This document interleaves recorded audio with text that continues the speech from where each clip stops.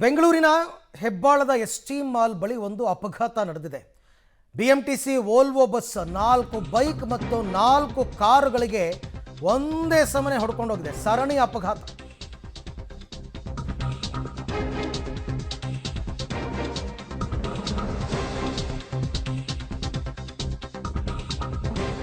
BMTC Volvo ಬಸ್ನಿಂದ ಸರಣಿ ಅಪಘಾತ. 4 bike 4 ಕಾರುಗಳಿಗೆ ಗುದ್ದಿದ್ದಾನೆ BMTC ಚಾಲಕ. ಬಸ್ನ ಸಿಸಿಟಿವಿಯಲ್ಲೇ ಈ ಅಪಘಾತದ ದೃಶ್ಯ ಸರಿಯಾಗಿದೆ. ನಿನ್ನೆ ಹೆಬ್ಬಾಳದ ಎಸ್ಟಿ ಮಾಲ್ ಬಳಿ ನಡೆದಿರತಕ್ಕಂಥ ಘಟನೆ. ನಡು ರೋಡಲ್ಲಿ ವಾಹನ ಸವಾರರ ಚೀರಾಟ, ಕೂಗಾಟ ನೋಡಿ ಹೆಂಗೆ ಆಕ್ಸಿಡೆಂಟ್ ಆಗಿದೆ ನೋಡಿ. ಒಂದು ಕಡೆಯಿಂದ ಹೊಡ್ಕೊಂಡು ಹೋಗಿರೋದು. KA 57 F1794 ನಂಬರ್ ಬಸ್ ಅದು.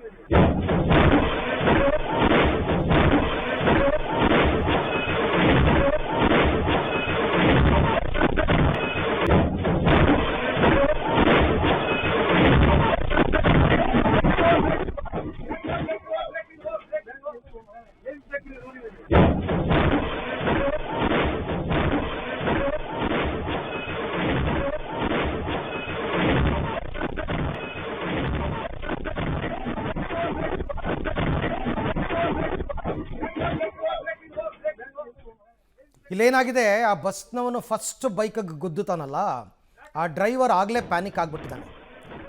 ಆಕ್ಸಲರೇಟರ್ ಮೇಲೆ ಕಾಲಿಟ್ಬಿಟ್ಟಿದ್ದಾರೆ, ಬ್ರೇಕ್ ಹಾಕಿಲ್ಲ. ಆ ಗಾಬರಿನಲ್ಲಿ ಬ್ರೇಕ್ ಹಾಕೋ ಜಾಗದಲ್ಲಿ ಆಕ್ಸಲರೇಟರ್ ಮೇಲೆ ಕಾಲಿಟ್ಟಿದ್ದಾರೆ. ಹಾಗಾಗಿ ವೆಹಿಕಲ್ ಅಷ್ಟು ದೂರ ಮೂವ್ ಆಗಿರೋದು ನಿಮಗೆ. ಇಲ್ಲಾಂದರೆ ಇಮಿಡಿಯೇಟಾಗಿ ನಿಂತ್ಕೊಳ್ಳುತ್ತೆ. ಎಲ್ಲ ಹೈಡ್ರಾಲಿಕ್ ಬ್ರೇಕ್ಸ್ ವೋಲ್ವೋ ಬಸ್ಸೆಲ್ಲ ಚಕ್ ಅಂತ ನಿಂತ್ಕೊಳ್ಳುತ್ತೆ. ಬಟ್ ಆತ ಗಾಬರಿಯಿಂದ ಬ್ರೇಕ್ ಅಪ್ಲೈ ಮಾಡೇ ಇಲ್ಲ, ಬ್ರೇಕ್ ಒತ್ತೇ ಇಲ್ಲ. ಆತ ಮಾಡಿರೋದು ಆಕ್ಸಲರೇಟರ್ ಮೇಲೆ ಕಾಲಿಟ್ಟುಬಿಟ್ಟು ಒತ್ತುಬಿಟ್ಟಿದ್ದಾರೆ. ಹಾಗಾಗಿ ಗಾಡಿ ಒಂದು ಕಡೆಯಿಂದ ಎಲ್ಲದಕ್ಕೂ ಗುದ್ದುಕೊಂಡು ಹೋಗಿದೆ. ಸಾಮಾನ್ಯವಾಗಿ ಇಂಥ ಅಪಘಾತಗಳಲ್ಲಿ ಸಾಮಾನ್ಯವಾಗಿ ಡ್ರೈವರ್ಗಳು ಪ್ಯಾನಿಕ್ ಆಗಿಬಿಡ್ತಾರೆ. ಫಸ್ಟು ಒಂದು ವೆಹಿಕಲ್ಗೆ ಟಚ್ ಆಗ್ತಿದ್ದಂಗೆ ಪ್ಯಾನಿಕ್ ಆಗ್ತಾರೆ. ಆ ಪ್ಯಾನಿಕ್ಕಲ್ಲಿ ಗಾಬರಿನಲ್ಲಿ ಏನು ಮಾಡಬೇಕು ಅಂತ ಗೊತ್ತಾಗಲ್ಲ. ಯಾವಾಗ ಆ ರೀತಿ ಆಗುತ್ತೆ, ಇಮಿಡಿಯೇಟಾಗಿ ಒಂದಾದ್ಮೇಲೆ ಒಂದು ವೆಹಿಕಲ್ಗಳಿಗೆ ಗುದ್ದುಕೊಂಡು ಹೋಗ್ಬಿಡುತ್ತೆ ಮುಂದಕ್ಕೆ. ಡ್ರೈವರ್ಗೆ ಗೊತ್ತೇ ಆಗ್ತಿರಲ್ಲ. ಆಮೇಲೆ BP ರೈಸ್ ಆಗಿಬಿಟ್ಟಿರುತ್ತೆ ಆ ಟೈಮಲ್ಲಿ ಅವ್ರಿಗೆ,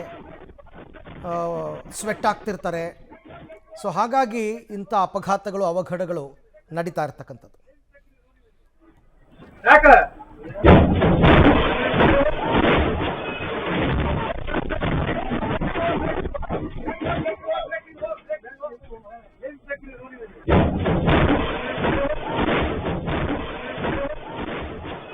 ಈ ಬಗ್ಗೆ ಮತ್ತಷ್ಟು ಮಾಹಿತಿ ನನ್ನ ಕೊಲೀಗ್ ಪ್ರಕಾಶ್ ಅವರಿಂದ ಪಡ್ಕೊಳ್ಳೋಣ. ಪ್ರಕಾಶ್, ಒಂದು ಡ್ರೈವರ್ ಪ್ಯಾನಿಕ್ ಆಗಿ ಬ್ರೇಕ್ ಒತ್ತೋದ್ರ ಬದಲು ಆಕ್ಸಿಲೇಟರ್ ಒತ್ತಿರೋದ್ರಿಂದ ಹೀಗಾಗಿದೆ ಅಂತ. ಎರಡನೇದು, ಈ ಗಾಯಾಳುಗಳು ಯಾರ್ಯಾರು, ಏನೇನಾಗಿದೆ, ಅವರ ಪರಿಸ್ಥಿತಿ ಏನು ಅಂತ.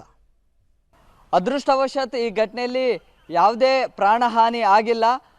ಈ ಘಟನೆಯಲ್ಲಿ ಅಂದರೆ ಬ್ರೇಕ್ ಹಿಡಿತಾ ಇಲ್ಲ ಅನ್ನುವಂಥದ್ದನ್ನು, ಬ್ರೇಕ್ ಆಗ್ತಾ ಇಲ್ಲ ಅನ್ನುವಂಥದ್ದನ್ನು ಆ ವಿಡಿಯೋದಲ್ಲೇ ಚಾಲಕರೇ ಹೇಳ್ತಾರೆ. ಆದರೆ ಮೇಲ್ನೋಟಕ್ಕೆ ಹೇಳುತ್ತೆ ಇದಕ್ಕಿಂತ ಮುಂಚಿತವಾಗಿಯೇ ಆ ಒಂದು ಬಸ್ ಸ್ಲೋ ಆಗುತ್ತೆ, ಅಲ್ಲಿ ಬ್ರೇಕನ್ನು ಹಿಡಿತಾರೆ. ಸೊ ಅಲ್ಲಿಗೆ ಮೇಲ್ನೋಟಕ್ಕೆ ಗೊತ್ತಾಗುತ್ತೆ ಅದು ಬ್ರೇಕ್ ಹಿಡಿತಾ ಇದೆ ಅಂತ ಹೇಳಿ. ಸೊ ಮುಂದೆ ಇರುವಂತಹ ಒಂದು 2 ವೀಲರ್ ಬೈಕ್ ಸವಾರ ಏನಿದ್ದಾನೆ ಅದು ನಿಧಾನವಾಗಿ ಮುಂದಕ್ಕೆ ಮೂವ್ ಆಗ್ತಾ ಇರುತ್ತೆ. ಆ ಸಂದರ್ಭದಲ್ಲಿ ಅದನ್ನು ಗಮನಿಸದೆ ಈ ಚಾಲಕ ಮುಂದಕ್ಕೆ ಹೋಗ್ತಾನೆ, ಅಲ್ಲಿ ಆಕ್ಸಿಡೆಂಟ್ ಆಗುತ್ತೆ. ಇದು ಮೇಲ್ನೋಟಕ್ಕೆ ಕಂಡು ಬರುತ್ತೆ. ಆದರೆ ಸತ್ಯಾಸತ್ಯತೆ ಏನು, ಬ್ರೇಕ್ ಹಿಡಿತಾ ಇರಲಿಲ್ವಾ ಅಥವಾ ಚಾಲಕನ ಅಜಾಗರೂಕತೆಯಿಂದನೇ ಈ ಘಟನೆ ಆಗಿದೆಯಾ ಅನ್ನುವಂಥದ್ರ ಬಗ್ಗೆ ಪರಿಶೀಲನೆ ಮಾಡೋದಕ್ಕೆ, ತನಿಖೆ ಮಾಡೋದಕ್ಕೆ BMTC ಅಧಿಕಾರಿಗಳು ಕೂಡ ಮುಂದಾಗಿದ್ದಾರೆ. ಜೊತೆಗೆ ಸುಮಾರು 4 2 ವೀಲರ್ಗಳಿಗೆ ಡ್ಯಾಮೇಜ್ ಆಗಿದೆ. ಅವರು ಸಣ್ಣ ಪುಟ್ಟ ಗಾಯಾಳುಗಳಿಂದ ಪಾರಾಗಿದ್ದಾರೆ. ಆಯಾ ಸ್ಥಳೀಯ ಖಾಸಗಿ ಆಸ್ಪತ್ರೆಗಳಿಗೆ ಅವರು ಕೂಡ ದಾಖಲಾಗಿದ್ದಾರೆ. ಆರೋಗ್ಯದಲ್ಲಿ ಚೇತರಿಕೆ ಕೂಡ ಕಾಣ್ತಾ ಇದೆ. ಏನು ದೊಡ್ಡ ಮಟ್ಟದಲ್ಲಿ ಪ್ರಾಬ್ಲಮ್ ಏನಾಗಿರಲಿಲ್ಲ. ಒಂದೊಮ್ಮೆ 2 ವೀಲರ್ನ ಚಾಲಕರು ನೇರವಾಗಿ ಆ ಟೈರ್ನ ಕೆಳಗಡೆ ಬಿದ್ದಿದ್ರೆ ಜೀವ ಹೋಗುವಂತಹ ಸಾಧ್ಯತೆಗಳು ಕೂಡ ಇರ್ತಾ ಇತ್ತು. ಆದರೆ ಯಾರು ಕೂಡ ಟೈರ್ನ ಕೆಳಭಾಗಕ್ಕೆ ಅಥವಾ ಬಸ್ನ ಕೆಳಭಾಗಕ್ಕೆ ಯಾರು ಕೂಡ ಹೋಗಿರಲಿಲ್ಲ. ಡಿಕ್ಕಿ ಹೊಡೆದಿರುವಂತಹ ಆ ಸಂದರ್ಭದಲ್ಲಿ ರಸ್ತೆಯ ಪಕ್ಕಕ್ಕೆ ಬಂದು 2 ವೀಲರ್ ಅವರು ಬೀಳ್ತಾರೆ.